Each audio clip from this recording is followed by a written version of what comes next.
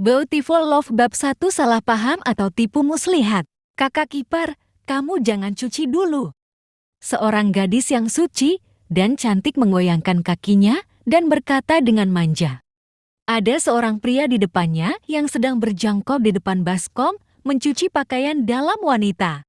Setelah mendengar kata-kata tersebut, lelaki itu meletakkan bedan di tangannya. Mengelap tangannya dan tersipu berkata, "Agnes, kenapa kamu tiba-tiba memanggil aku kakak ipar?" Pria itu bernama Arekin yang bergabung dengan keluarga Lin 3 tahun lalu. Dalam 3 tahun penuh pernikahannya, Agnes Lin tidak pernah memanggilnya sebagai kakak ipar. Setiap kali hanya bolak-balik memerintah, bahkan tanpa memanggil nama. Agnes Lin menggoyangkan kakinya dan berkata dengan manja, "Idih, aku kan sudah mengubah kesalahan sebelumnya."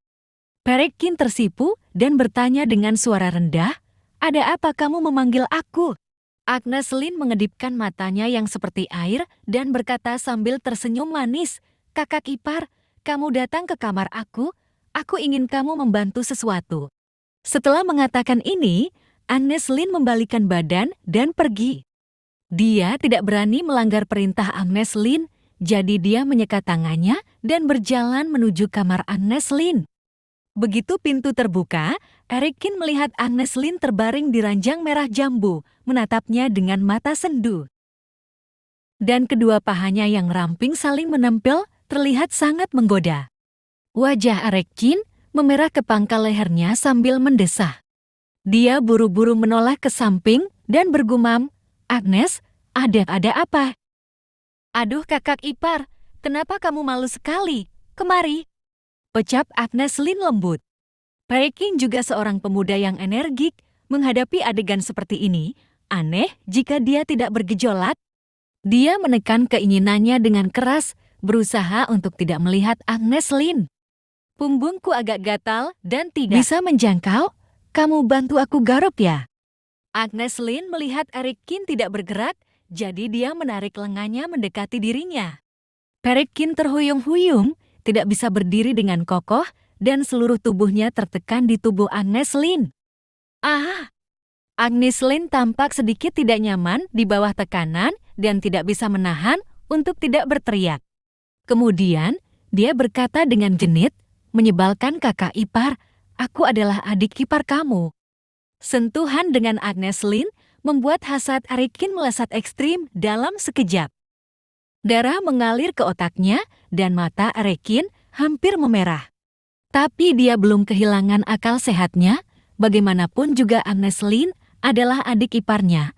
Jika dia melakukan hal seperti ini, kelak dia tidak bisa bertemu orang. Jadi, dia melawan keinginan itu dan bangkit dengan penuh perjuangan. Kali ini, Agnes Lin tiba-tiba mencengkeram leher Arekin dan berbisik di telinganya, "Aku tahu kakakku tidak baik pada kamu. Dia tidak membiarkan kamu menyentuhnya setelah 3 tahun menikah. Kamu sudah sengsara menahan diri, kan?" Jantung Arekin berdegup lebih kencang. Dan kata-katanya tidak diragukan lagi menstimulasi otak Arekin. "Kakak ipar, jangan malu." Agnes Lin meraih tangan Arekin dan berkata sambil menyeringai. Otak Arekin sepertinya kekurangan oksigen dan tubuhnya tidak bisa menahan gemetar.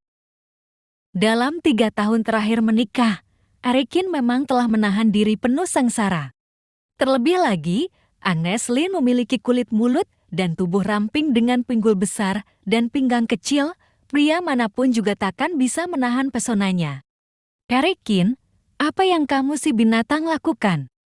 Pada saat ini, pintu kamar tiba-tiba ditendang terbuka. Lalu terlihat kakaknya Agnes Lin, Alicia Lin berjalan masuk. Dia berteriak parau saat mengambil foto ini dengan ponselnya. Perekin buru-buru bangun dan buru-buru menjelaskan, "Bukan itu yang kamu bayangkan, itu Agnes," katanya punggungnya gatal. "Agnes, kamu cepat jelaskan." Namun, saat ini Agnes Lin mengubah wajahnya. Dia berkata dengan gentar, "Kamu binatang, aku adalah adik ipar kamu, bagaimana kamu bisa melakukan hal seperti ini?" Mulut Arekin tiba-tiba terbuka lebar, wajahnya kaget. "Kamu..." Omong kosong apa yang kamu bicarakan? Jelas-jelas barusan kamu yang membiarkan aku masuk. Perekin menjelaskan dengan cemas. Bohong. Aku jijik begitu melihat kamu.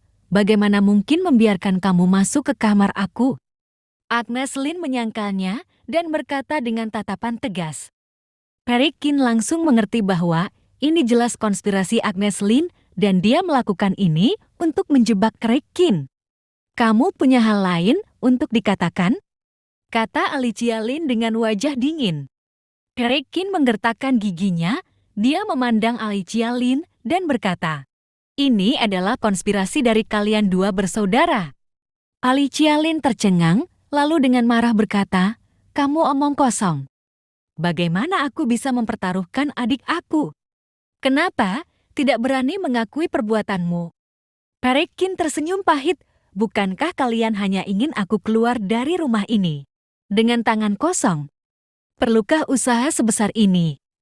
Wajah Alicia Lin tiba-tiba menjadi masam. Jelas sekali, perkataan Perekin benar. Alicia Lin meletakkan teleponnya dan berkata dengan tidak sabar, kalau sudah tahu, segera berkemas dan pergi, kita akan pergi mengambil surat cerai nanti. Perekin tidak mengatakan apa-apa, dia keluar dengan ekspresi lelah.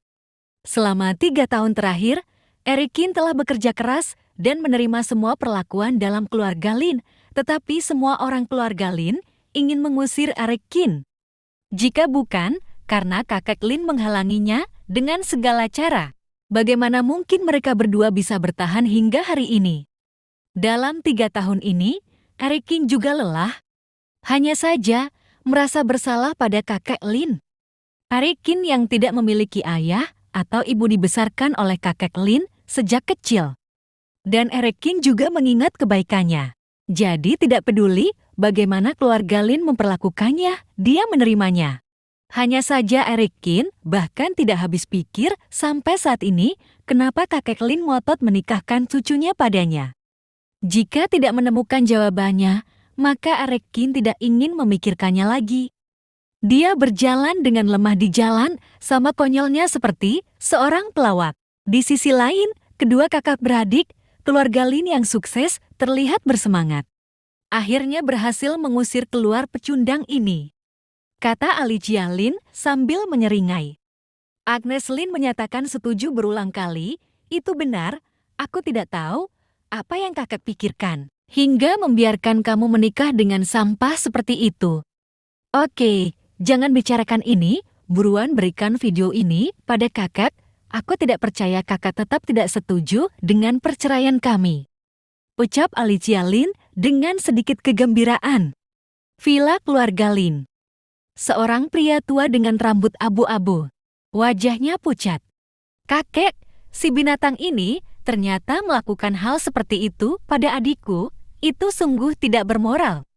Kali ini aku harus menceraikannya. Ucap Alicia Lin dengan ekspresi kesal. Agnes Lin yang berada di samping berpura-pura dirugikan dan berkata, ya kakek, kamu harus mengusirnya dari keluarga Lin. Kalau tidak, siapa yang tahu apa yang akan dia lakukan di masa depan? Melihat dua bersaudara yang tampak sedih di wajah mereka, kakek Lin memukul meja dengan keras. Dia mengertakkan gigi dan berkata, ini pasti ulah kalian, kan? Alicia Lin terkejut dan buru-buru menggelengkan kepalanya dan berkata, kakek, apa yang kamu katakan? Bagaimana kami bisa melakukan hal seperti itu? Benar kakek, apakah Anda bingung mengapa kami mengambil risiko dengan tubuh sendiri? Agnes Lin ikuti membela diri. Kakek Lin tampak putus asa. Dia jatuh terduduk di kursi rotan dan berbisik, apakah kalian tahu siapa dia? Kalian ceroboh. Kedua saudara perempuan keluarga Lin saling memandang, mata mereka penuh dengan kebingungan. Tadinya aku ingin memberikan rejeki kepada keluarga Lin, ya sudahlah, keluarga Lin yang tidak memiliki berkah ini. Kakek Lin merosot di kursi rotan, seolah-olah dia tertambah tua puluhan tahun seketika. Kakek, sebenarnya apa yang kamu bicarakan? Alicia Lin berbisik, Bukankah Erekin hanya anak haram yang kamu punggut? Kakak Lin terbaring di tempat tidur dengan senyum masam dan pikirannya kembali pada masa 20 tahun yang lalu. Keluarga Lin saat itu hanyalah nelayan di tepi laut dan tidak ada hubungannya dengan orang kaya. Sampai hari itu, kakak Lin yang ingin berlayar menangkap ikan bertemu dengan seorang pria asing. Dia berdiri di permukaan laut dan ketika dia mengangkat tangannya, dia dapat mengubah awan dan hujan serta mengubah warna dunia. Sepasang kornea matanya bagaikan datang dari neraka yang mana menakutkan. Kakek Lin melihat dengan mata kepalanya sendiri pria yang membawa kepala naga di tangannya. Kepala naga asli. Pada saat itu, kakek Lin seakan-akan melihat dewa yang sebenarnya. Dia berlutut di tanah dan terus menghaturkan penghormatan. Pria inilah yang memberi keluarga Lin keberuntungan, sehingga keluarga Lin jaya seperti sekarang. Dan Erekin adalah putra pria itu. Putra kandung. Pria itu berkata bahwa dia akan kembali untuk membawa pergi Erekin setelah dia pulih dari cederanya.